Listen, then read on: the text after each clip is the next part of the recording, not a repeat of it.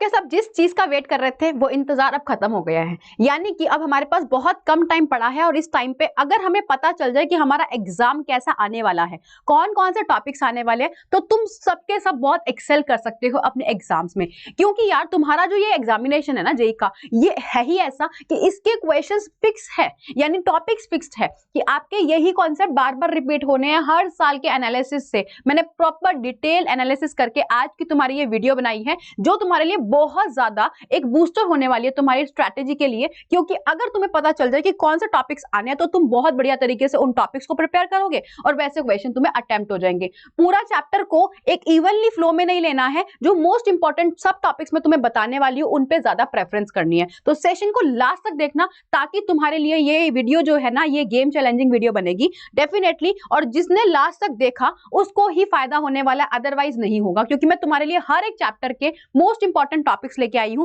जो तुम्हारे लिए बहुत हेल्पफुल होने वाले हैं। तो सबसे पहले सेशन स्टार्ट करने से पहले एक बार तुम लोग सभी मुझे कमेंट सेक्शन में बता दो कि अभी एट प्रेजेंट तुम्हारे मॉक टेस्ट तुमने देने स्टार्ट किए हैं या नहीं, तुम्हारी प्रिपरेशन कितनी हो गई है, और अगर मॉक टेस्ट दे दिए तो कितने मार्क्स आ रहे हैं और कितने एक्सपेक्टेड है। क्योंकि जब हम ये लिखते हैं ना, तब हमारा गोल जो है वो ज्यादा क्लियर होता है, कि हमारा विजन क्लियर होता है। ठीक है, तो देख लेंगे हमारे स्टूडेंट्स कौन सी कैटेगरी में बिलोंग कर रहे हैं। बच्चे सबसे पहले तो आप लोग इसका स्क्रीनशॉट लेके रख लेना।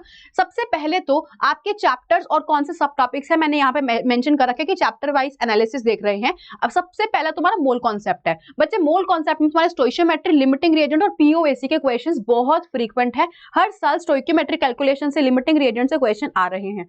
मैं कोशिश ये कर रही हूँ मैक्सिमम से मैक्सिमम तुम्हारे लिए शॉर्ट टॉपिक्स जो ये वाले है ना यहाँ लिखे हुए हैं, इनके लिए वीडियो तो तुम चैनल पे देख सकते हो, तुम्हें मिल जाएगी। एटॉमिक स्ट्रक्चर में बोहर मॉडल से, जैसे कि आपसे रेडियस पूछ ली, एनर्जी पूछ ली, वेलोसिटी पूछ ली, वैसे क्वेश्चन आ जाते हैं। Quantum number, photo electric effect, radial angular nodes पर डायरेक्ट क्वेश्चन आता है, फ्री के नंबर है। आइसो इलेक्ट्रॉनिक स्पीशीज, ये क्वेश्चंस तुम्हारे बहुत बहुत बहुत फ्रीक्वेंट है। उसके बाद बच्चे चलेंगे अपन नेक्स्ट तुम्हारा पीरियोडिक प्रॉपर्टीज में सारी एक्सेप्शन, सारे ट्रेंड्स। अगर तुम चाहते हो मैं कवर करूं, मुझे कमेंट सेक्शन बता देना, मैं तुम्हारे लिए वो वीडियो लेके आ जाऊंगी। Metallic nature and order, acidic, basic और एम्फोटेरिक ऑक्साइड्स जो है, इसके ऊपर क्वेश्चन डायरेक्ट आता है कि which of the following is acidic, basic या फिर एम्फोटेरिक ऑक्साइड। केमिकल बॉन्डिंग के अंदर अगर हम देखें तो वीएससीपीआर पे शॉर्ट क्वेश्चन, केमिकल बॉन्डिंग तुम्हारा अच्छा वेटेज कवर कर रहा है, तो केमिकल बॉन्डिंग। उसके बाद में एमओटी पे bond order magnetic properties through MOT आप लोग निकाल सकते हो अलग अलग तरीके की। जैसे O2 की निकालने के लिए यदि कि पैरामैग्नेटिक है तो वो एमओटी से निकलेगा। डाइपोल मोमेंट के डायरेक्ट क्वेश्चन आते हैं, increasing decreasing order of dipole moment arrange करना होता है। थर्मो के अंदर तुम्हारे कौन से आएंगे, थर्मो के अंदर ये फॉर्मूला बेस्ड डेल्टा एच वाला फॉर्मूला आ गया। First law of thermodynamics, entropy change, उसके बाद एडियाबैटिक रिवर्सिबल प्रोसेसेस, या फिर तुम्हारे थर्मोकेमिकल के जो थर्मोकेमिस्ट्री के अंदर जो छोटे छोटे बिल्कुल सिंपल से क्वेश्चन होते हैं, ज्यादा हार्ड नहीं होते, डेल्टा जी के रिलेटेड क्वेश्चंस आते हैं। तो ये तुम्हारे थर्मोडायनेमिक्स के क्वेश्चंस हैं। सभी के सभी तुम लोग इसकी स्क्रीनशॉट लेते रहो और इन टॉपिक्स के क्वेश्चन प्रैक्टिस अभी से करनी स्टार्ट कर दो, क्योंकि तुम्हारे पास अब ज्यादा टाइम नहीं है। ठीक है, ये जो टॉपिक्स बता रही हूँ ये हर साल इस पे क्वेश्चन आते ही आते हैं, फॉर श्योर आते हैं। तुम किसी भी शिफ्ट क्वेश्चन पेपर उठा के देख लेना, तुम्हें यही टॉपिक्स मिलेंगे। तो फायदा है ना तुम्हारे लिए कि डायरेक्ट पता चल गया बिना क्वेश्चन करे कि ये वाले टॉपिक्स। अब तुम इनको अच्छी तरह कर लो, फिर तुम पीवाईक्यूज करोगे, आपके सारे के सारे क्वेश्चंस हो जाएंगे। ठीक है, केमिकल इक्विलिब्रियम में ली चार्ट लिए प्रिंसिपल केपी केसी का रिलेशन, उसके क्वेश्चन आते हैं। आयोनिक के अंदर पीएच, बफर सॉल्यूशन, केएसपी और टाइट्रेशन जो इंडिकेटर्स वाला पार्ट है उसके क्वेश्चंस आते हैं। रिडॉक्स टाइट्रेशंस के अंदर डिस्प्रपोर्शनेशन रिएक्शन, आपके टाइट्रेशंस के क्वेश्चंस। बैलेंसिंग कोई भी मेथड से करो, बैलेंसिंग में कोफिशिएंट्स बताने होते हैं तो बैलेंसिंग आ जाता है। एन फैक्टर की कैलकुलेशन आ जाती है कि एन फैक्टर बताइए इस रिएक्शन में क्या होगा या इस चीज का एन फैक्टर क्या है, तो इसके क्वेश्चंस आ जाते हैं। तुम बच्चों तुम्हें जिसमें भी प्रॉब्लम लग रही है, केमिस्ट्री फैकल्टी तुम्हारे सामने है। अगर तुम्हें जहां भी जिस भी चैप्टर में प्रॉब्लम लग रही है, कोई पर्टिकुलर टॉपिक में प्रॉब्लम लग रही है, do let me know that in the comment section, I will definitely help you out to clear the topic for you. ठीक है, उसके बाद जीओसी, भैया सबसे ज्यादा इंपॉर्टेंट, जीओसी तुम्हारा सबसे ज्यादा इंपॉर्टेंट पार्ट है, इसको किसी को भी मिस नहीं करना। बहुत सिंपल क्वेश्चंस आते हैं, मैंने कवर भी कर रखी है, आप चैनल पे पढ़िए, देख लेना वीडियोस के अंदर। एसिडिटी, बेसिसिटी, एरोमेटिसिटी, इंटरमीडिएट, इसके डायरेक्ट क्वेश्चंस आते हैं। एरोमेटिसिटी का मैंने डायरेक्ट वीडियो बना रखी है, 15 मिनट में तुम्हारी पूरी एरोमेटिसिटी कंप्लीट है। श्योर 4 नंबर पक्की है। इंटरमीडिएट की स्टेबिलिटी का ऑर्डर आ जाएगा, कार्बोकैटायन की अरेंज करिए in the following order of carbocation stability order. Resonance पे तुम्हारे अच्छे क्वेश्चंस बनते हैं। ये कॉन्सेप्ट्स तुम्हें अच्छी तरह आने ही आने चाहिए अगर तुम्हें अच्छा स्कोर एक डिसेंट सा कॉलेज आपकर लेना है तो। ठीक है, उसके बाद में हाइड्रोकार्बन पे तो बच्चे rate of electrophilic nucleophilic substitution reaction, electrophilic aromatic substitution reaction, इसके क्वेश्चन आते हैं। ओजोनोलाइसिस बहुत इंपॉर्टेंट है, ये हर चैप्टर में तुम्हें मिलेगा, एल्कीन्स में मिलेगा, इसके अंदर भी मिलेगा। इलेक्ट्रोफिलिक एडिशन रिएक्शंस के क्वेश्चंस आते हैं। उसके बाद तुम्हारा जो ऑक्सीडाइजिंग एजेंट है ना, डबल बॉन्ड या ट्रिपल बॉन्ड पे डायरेक्ट डाल देंगे कि डबल बॉन्ड पे अगर KMnO4 डाला तो बताओ क्या बनेगा, ट्रिपल बॉन्ड पे KMnO4 डाला तो क्या बनेगा, ऐसे क्वेश्चंस आ सकते हैं। उसके बाद आपके आ सकते हैं क्या प्रॉपर पेपर तुम्हें बता रही हूं मैं किस तरीके से हैक हो चुका है तुम्हारा पेपर। सॉल्यूशंस की बात करें तो सॉल्यूशन में कॉलिगेटिव प्रॉपर्टी, उसके बाद want of factor. Colligative property में यही relative lowering of vapour pressure, elevation in boiling point, depression in freezing point, osmotic pressure, इनके क्वेश्चन आते हैं। वांट ऑफ फैक्टर आई निकालने के क्वेश्चन आ जाते हैं। देन उसके बाद बच्चे केमिकल काइनेटिक्स की तरफ जाएंगे, तो केमिकल काइनेटिक्स पे तुम्हारा रेट कांस्टेंट K, मतलब फर्स्ट ऑर्डर के लिए, जीरो ऑर्डर के लिए हाफ लाइफ टाइम निकाल लिया, वही जीरो ऑर्डर फर्स्ट ऑर्डर के लिए। आर्हेनियस इक्वेशन के ऊपर क्वेश्चन आने बहुत फ्रीक्वेंट है, फिक्स है, इसी पे क्वेश्चन आ रहे हैं।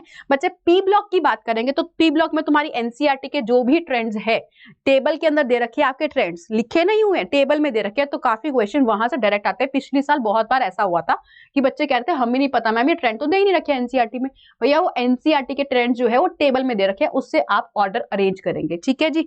Atomic physical property, hydrides of nitrogen, oxygen, halogen family, इनके ऊपर क्वेश्चन अच्छे खासे बनते हैं। उसके बाद आगे चलते हैं बच्चे हम बायोमोलिक्यूल्स की तरफ। बायोमोलिक्यूल्स मुझे पता है काफी बच्चों का फेवरेट पार्ट हो जाता है, काफी बच्चों के लिए नहीं भी, तो ये फ्रीक्वेंट क्वेश्चंस है जो आ जाते हैं। जैसे मोनोमर्स बताने के लिए बोल दिया, पायरेनो स्ट्रक्चर ग्लूकोज फ्रक्टोज का, उस पे क्वेश्चन आ गया कि बताओ इसमें से कौन सा करेक्ट स्ट्रक्चर है कौन सा नहीं है। ग्लूकोज की अलग अलग रिएक्शंस जैसे कि हाइड्रोक्सिलामाइन के साथ, HCN के साथ में अलग अलग रिएक्शन, ऑक्सीडाइजिंग ब्रोमीन वाटर का टेस्ट, तो ये बहुत सारी रिएक्शंस होती है ग्लूकोज की, कुछ 5-6 दे रखी है आपकी बुक में, HI के साथ रिएक्शन दे रखी है, तो अलग अलग रिएक्शंस है वो तुम्हें लर्न करनी है। इसेंशियल और नॉन एसेंशियल अमाइनो एसिड्स, बहुत अच्छा क्वेश्चन है, इसकी शॉर्ट ट्रिक मैंने बताई है, आप लोग मुझे मेंशन कर देना एक बार कमेंट सेक्शन में, डेफिनेटली बता दूंगी। डीनेचुरेशन, उसके बाद forces of primary secondary tertiary के अंदर की आपसे क्वेश्चन आएगा कि सेकेंडरी में बताओ इनमें से कौन सा फोर्स प्रेजेंट है या नहीं है। उसके बाद आपके बॉन्ड्स, बच्चे बॉन्ड्स कौन से, डाइसेकेराइड्स में कौन से बॉन्ड्स हैं, यानी 1,4 ग्लाइकोसिडिक लिंकेज है, 1,6 ग्लाइकोसिडिक लिंकेज है, तो ये बॉन्ड्स अमाइनो एसिड्स के अंदर पेप्टाइड बॉन्ड्स, तो ये सिर्फ शुगर के नहीं है, ये अमाइनो एसिड्स के, पेप्टाइड्स के, अमाइनो एसिड्स के या फिर शुगर्स के या फिर न्यूक्लियोसाइड्स के, न्यूक्लियोटाइड्स में कौन से बॉन्ड्स पाए जा रहे हैं, उसका क्वेश्चन बहुत अच्छा बन सकता है। यहां पर तक बायोमॉलिक्यूल्स तक आए गए, तुम सबको सब कुछ समझ आया होगा। देखो जो बच्चा ये वीडियो पूरी देख रहा है उसकी स्ट्रैटेजी में एक ना प्लस प्रो लेवल आ जाएगा, क्योंकि उसको पता है इस टाइप के क्वेश्चंस आ रहे हैं। तुमने एनालिसिस नहीं करी, लेकिन मैंने सारे पीवाईक्यूज से एनालिसिस करके तुम्हें बता दिया है कि ये वाले क्वेश्चंस बार बार हर साल आ रहे हैं। हेलोजन डेरिवेटिव्स में SN1 SN2 के बहुत फ्रीक्वेंट क्वेश्चंस हैं। ऐसे AR रिएक्शन, नेम रिएक्शन, मेरी वीडियोस अगर आप इस चैनल पे भी देखोगे वहां पर तुम्हें बहुत सारे ऐसे टॉपिक्स मिलेंगे जो मैं फ्रीक्वेंटली +4 नंबर दिलाने के लिए रख रखे हैं, तो एक बार प्लेलिस्ट में जाके वो देख लेना। अल्कोहल फिनॉल ईथर के अंदर आपकी ये अलग अलग तरीके की नेम रिएक्शन है, Kolbe, Reimer Tiemann, Williamson synthesis, Lucas test, cumene से फिनॉल, भैया ये बहुत इंपॉर्टेंट है, क्यूमीन से फिनॉल वाली हर किसी बच्चे के लिए इंपॉर्टेंट है। Acidity order, even elimination, dehydration reaction जिसमें रीअरेंजमेंट होता है, ईथर्स के ऊपर जब HI की रिएक्शन करते हैं तो ये वाली रिएक्शन भी तुम्हारी बार बार एग्जाम में पूछता है, क्योंकि ये कंफ्यूजिंग होती है, तुम फंस जाते हो, तो ये वाली रिएक्शंस तुम्हें स्पेशली मैंने लिस्ट आउट कर रखी है ताकि तुम इसको अच्छी तरह कर सके। कार्बोनिल कंपाउंड्स में nucleophilic aromatic addition reaction, aldol, Cannizzaro और हेलोफॉर्म HBZ और इटार्ड रिएक्शन बहुत इंपॉर्टेंट रिएक्शंस है, इन पे फ्रीक्वेंटली क्वेश्चंस आते हैं। अमाइंस में तुम्हारा अमाइंस का बेसिसिटी ऑर्डर, क्योंकि वहां पे अपनों को याद करना है 312 या 321, वो चीज। डिस्टिंग्विशिंग टेस्ट, तो यहाँ पर डिस्टिंग्विशिंग टेस्ट में वो हाइजेनबर्ग रिएजेंट वाला टेस्ट होता है 1 डिग्री, 2 डिग्री, 3 डिग्री के लिए।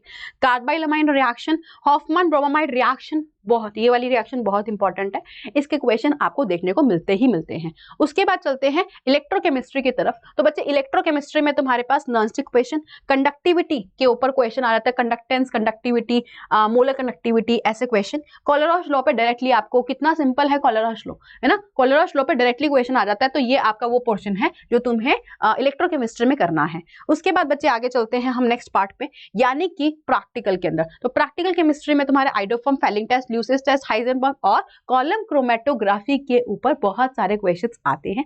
बहुत सारे मतलब in the last recent years हमने ये देखा कि इन पे फ्रीक्वेंटली क्वेश्चन आते ही आते हैं।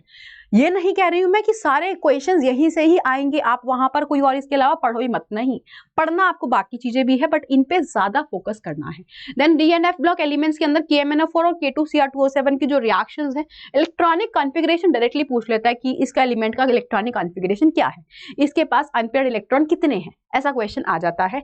कोऑर्डिनेशन कंपाउंड्स के अंदर बात करेंगे तो आपका IUPAC नॉमेनक्लेचर करेक्ट कौन सा है, इनकरेक्ट कौन सा है, इसके ऊपर ऑक्सीडेशन स्टेट VBT के थ्रू या CFT के थ्रू आपको हाइब्रिडाइजेशन निकालनी होती है, पैरामैग्नेटिज्म निकालना होता है वो क्वेश्चन, और वर्नर के ऊपर डायरेक्ट, वर्नर वाली थ्योरी के ऊपर डायरेक्ट क्वेश्चन आता है वर्नर का कि आपको बताना है प्राइमरी वैलेंसी सेकेंडरी वैलेंसी के लिए कौन सी स्टेटमेंट करेक्ट है या फॉल्स है, तो वर्नर वाले को अच्छी तरह कर लेना। तो यस बच्चे, ये वाली चीज से आई गेस तुम्हें हेल्प मिली होगी, एक विजन मिला होगा कि कौन कौन से टॉपिक्स तुम्हारे इंपॉर्टेंट है, राइट। उसके बाद बच्चे मूव करते हैं हम आगे, तुम्हारे लिए एक बहुत इंपॉर्टेंट अनाउंसमेंट है, तो ये चीज का जिसका तुम्हें बेसब्री से इंतजार था, द एडवांस ट्रायो, यानी 2026 वाले एस्पिरेंट जो एडवांस के लिए कर रहे हैं, एडवांस के लिए दिसंबर 15 को बैच स्टार्ट हो रहा है। आपके फेवरेट एजुकेटर 8999 में प्रॉपर कोर्स तुम्हें मिल रहा है। GG07 बच्चे कोड यूज करेंगे और जो भी ये कोड यूज कर रहा है उसको मैक्सिमम से मैक्सिमम डिस्काउंट मिल जाएगा सब्सक्रिप्शन प्लान्स में, तो अब आपको इसको रिमाइंडर की तरह याद रखना है। मूविंग ऑन टू बच्चे नेक्स्ट पॉइंट, यानी कि nexus reloaded crash course batch, तो क्रैश कोर्स 2025 के लिए आपका एनरोल कर लो, दिसंबर 16 से स्टार्ट होगा, अभी भी टाइम है, तुम्हारे एजुकेटर्स तुम्हारे लिए जी जान मेहनत कर रहे हैं। 1999 से ये 1999 का सिर्फ और सिर्फ 1999 का कोर्स है, आप इसको परचेस कर सकते हो, इतना affordable I don't think top educators तुम्हें मिल रहे हैं हेल्प करने के लिए। GG07 यानी तुम्हारी जीजी मैम का कोड है GG07, you can use this code, और जल्दी से मुझे बताना जरूर कि किसने किया है। उसके बाद में प्रतिष्ठा यानी इनफाइनाइट ड्रीम्स इनफाइनाइट पॉसिबिलिटीज, तो प्रतिष्ठा एक इवेंट बच्चे आ रहा है, top educator mega influencer grand surprises होने वाले हैं दिसंबर 10 को 7 बजे, तो यहाँ पर आप अपने चैनल पे लिंक डिस्क्रिप्शन में मिल जाएगा, फटाफट से उसको एंटर करिए और आपको मिल जाएगा प्रॉपर फायदा जो तुम उठा सकते हो, ठीक है। चलिए, वो बहुत सरप्राइजेस है आप लोगों के लिए, वो तभी पता चलेगा जब आप डिस्क्रिप्शन में दिए गए लिंक के तरफ जाकर नोटिफाई मी पे ऑन करेंगे, ठीक है जी। उसके बाद में रैंकर्स रिवॉर्ड प्रोग्राम, आपको जो यहाँ पर जो आपका एग्जाम है, बढ़िया रैंक लेके आ रहे हैं जो बच्चे, उनके लिए कुछ तो रिवॉर्ड रखेंगे अनअकैडमी, तो आप फटाफट QR कोड स्कैन कीजिए और अपनी डिटेल्स फिल कर दीजिए। जो टॉप रैंकर्स होंगे उसके लिए अनअकैडमी बहुत कुछ सरप्राइजिंग रिवॉर्ड लेके आएगा। दिसंबर 24 से आरंभ बैच स्टार्ट हो रहा है 2026 एस्पिरेंट्स के लिए, तो डिपेंडिंग ऑन तुम्हारा क्या टारगेट है बच्चे, निम्बस अचीवर बैच 2027 के लिए ये एनरोल कर लीजिए। अगर आप लोग इंटरेस्टेड है तो yes, you can definitely enrol into it. So that is all for today's class बच्चे। I guess the session was useful, helpful, informative for all of you guys. Do let me know there in the comment section कि आपको कौन सा topic या कोई भी chapter या कोई भी क्वेरी हो, जो भी प्रॉब्लम आ रही है कमेंट सेक्शन में जरूर डाल देना, हम लोग आपकी डेफिनेटली हेल्प करेंगे आपकी प्रॉब्लम को रिजॉल्व करने के लिए। So that is all for today's class. See you all there in the next coming class. Till then, bye bye and good luck.